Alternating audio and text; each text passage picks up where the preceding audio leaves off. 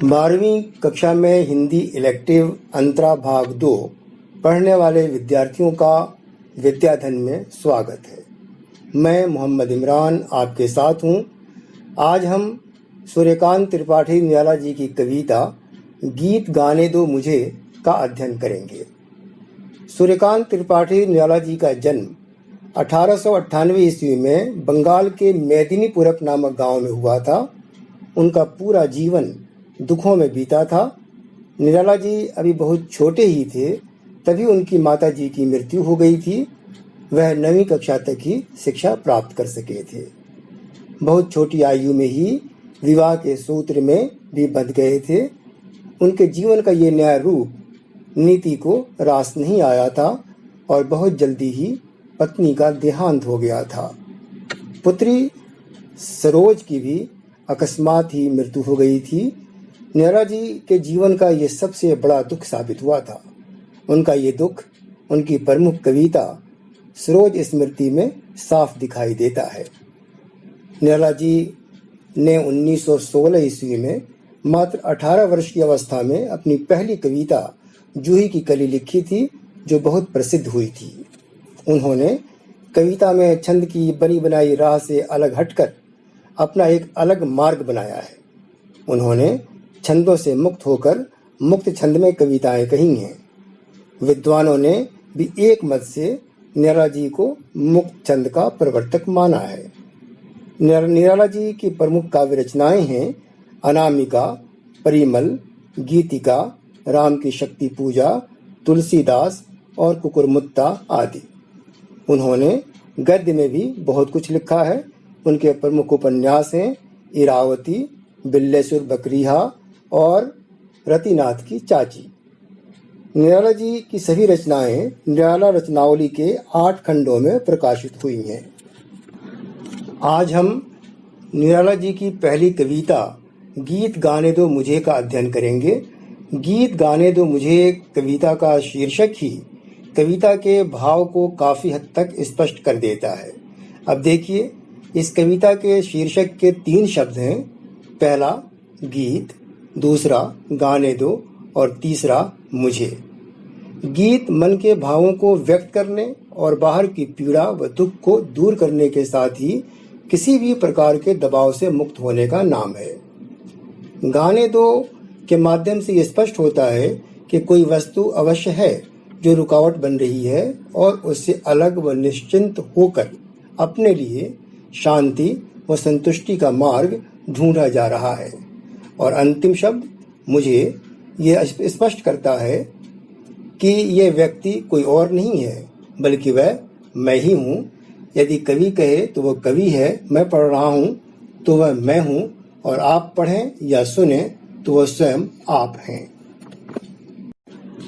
आइए सबसे पहले कविता की पहली 2 पंक्तियों को पढ़ते हैं और उनके अर्थ समझते हैं। गीत गाने दो मुझे तो वेदना को रोकने को। इसकी दूसरी पंक्ति में आए शब्द वेदना का अर्थ है दुख या पीड़ा। कवि के अनुसार मानव का जीवन दुखों से भरा हुआ है।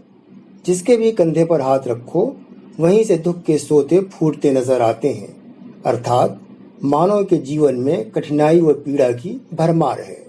गीत गाना या कविताओं का लिखना व पढ़ना उसी पीड़ा को दूर करने का एक उत्तम और सुंदर माध्यम है।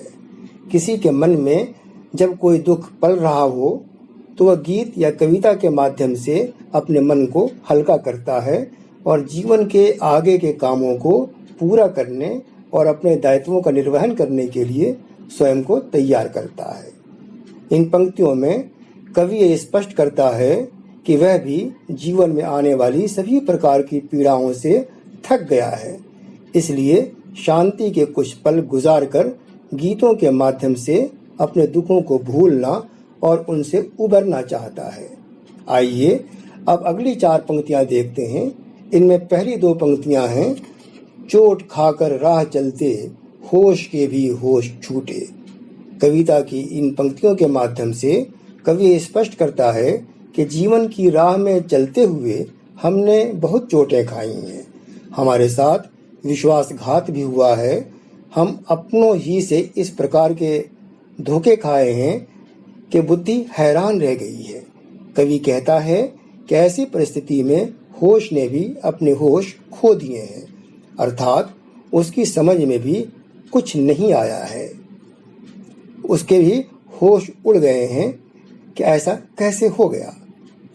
कवि कहता है कि मानवीय समाज में तो ऐसा होना नहीं चाहिए, फिर होता क्यों है ऐसा। कवि की ये चिंता है जिसको इन कवि पंक्तियों में व्यक्त कर रहा है। अगली दो पंक्तियां हैं। हाथ जो पाथे थे ठग ठाकुरों ने रात लूटे। पहली पंक्ति में पाथे शब्द का अर्थ है संबल या सहारा। कवि कहता है कि जीवन में अपने परिश्रम से जो कुछ भी मैंने अर्जित किया था या जीवन में जो कुछ भी मेरा सहारा बनकर मुझे स्थायी रखने और आगे बढ़ाने में सहयोगी बन रहा था, सबको समाज के प्रतिष्ठित कहलाने वाले ठाकुरों ने ठग के रूप में आकर मुझसे लूट लिया और मुझे बेसहारा कर दिया। कठिनाई की बात यह है कि मैं अपने इस दुख को किसी के सामने स्पष्ट रूप से रख भी नहीं सकता। ये रात के अंधेरे से, यहाँ इन पंक्तियों में रात के अंधेरे से कवि का तात्पर्य यह है कि इतनी धूर्तता और चतुराई से ये लोग काम करते हैं कि किसी को पता नहीं चलता है, और जिसके साथ ये होता है वो स्पष्ट समझ ही नहीं पाता। अजीब बात है कि हमारा तो सब कुछ बर्बाद हो चुका होता है, लेकिन उसके बावजूद भी रात के लुटेरे दिन के ठाकुरों की पोशाक में समाज में मान मर्यादा और प्रतिष्ठा वाले बने ही रहते हैं। अगली दो पंक्तियां इस कविता की हैं। कंठ रुकता जा रहा है, आ रहा है काल देखो। दूसरी पंक्ति में आए शब्द काल का अर्थ है मृत्यु। यहाँ कवि स्पष्ट करता है कि ऐसी विषम परिस्थितियों में कुछ भी कहते हुए नहीं बन पड़ता है। न कोई देखने वाला है और न कोई समझने वाला। एक असहाय जैसी हालत हो गई है। इसी कारण सामने दूर तक फैला हुआ और अपने समीप ही आता हुआ मृत्यु का सन्नाटा अब भयभीत करने लगा है। इस भय और निसहाय की स्थिति में अपने दुखों के विषय में और दुख देने वाले समाज के ठेकेदारों के विरुद्ध अपने कंठ से आवाज नहीं निकल रही है। ऐसा लग रहा है जैसे कंठ थर्रा कर रुक गया है। कवि कहता है कि ऐसी परिस्थिति में कविता सृजन करना या गीत का गाया जाना ही कुछ शांति प्रदान कर सकता है। कविता की अगली चार पंक्तियां हैं। भर गया है जहर से संसार जैसे हार खाकर, देखते हैं लोग लोगों को सही परिचय न पाकर। इन पंक्तियों के शब्द सरल और सहज हैं, परंतु भाव की गंभीरता से परिपूर्ण है। कवि निराला स्पष्ट करते हैं कि संसार में ऐसी दुख भरी विकल व कठिन परिस्थितियां आ गई हैं कि जिनसे समाज का एक बहुत बड़ा भाग गुजर रहा है। ऐसा लगता है कि यहाँ से मानवता की समाप्ति ही हो गई है। दिलों में प्रेम व भाईचारे का भाव बाकी नहीं रहा। लोग परोपकार के महत्व को भूल गए हैं। इसके स्थान पर लोगों के हृदय में एक दूसरे के प्रति द्वेष और घृणा का भाव जाग गया है।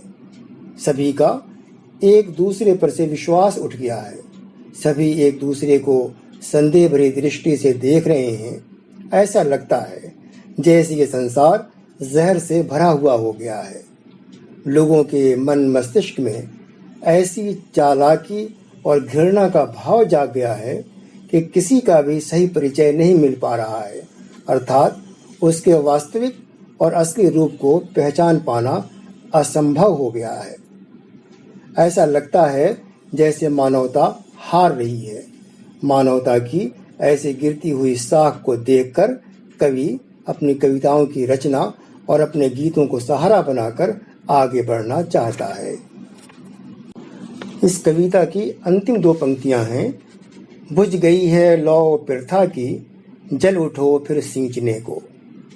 पहली पंक्ति में आए शब्द प्रथा का अर्थ है धरती। इन दोनों पंक्तियों में ही कवि का वास्तविक संदेश है। कवि कहता है कि ये सत्य है कि धरती को प्रज्वलित करने वाली मानवता की लौ बुझ चुकी है, परंतु कदापि इसका ये प्रभाव नहीं होना चाहिए कि हम निराशावादी बन जाएं और मायूस होकर एक कोने में बैठ जाएं। ये मानव धर्म नहीं है।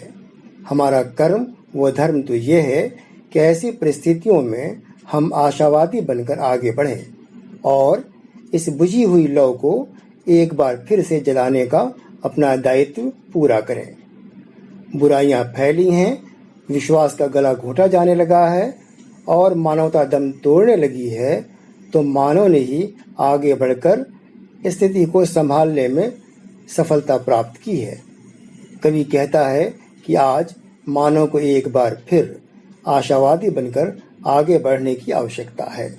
मानवता के दिए को एक बार फिर से जलाना है और इसको जलाने के लिए पहले मानवता भरी चिंताओं की आग में स्वयं जलना भी है, तपना भी है, विचारों में डूबकर नई राह भी ढूंढ निकालनी है। हम कह सकते हैं कि कवि गीतों और कविताओं के सहारे आशावादी बनकर समाज में आशा की नई ज्योति जलाना चाहता है और समाज को उसी के लिए प्रेरित भी कर रहा है। आइए अब इस कविता के कुछ विशेष पर चर्चा करते हैं। इस कविता में विषय के अनुसार ही सटीक और भाव को स्पष्ट करने वाले शब्दों का प्रयोग हुआ है।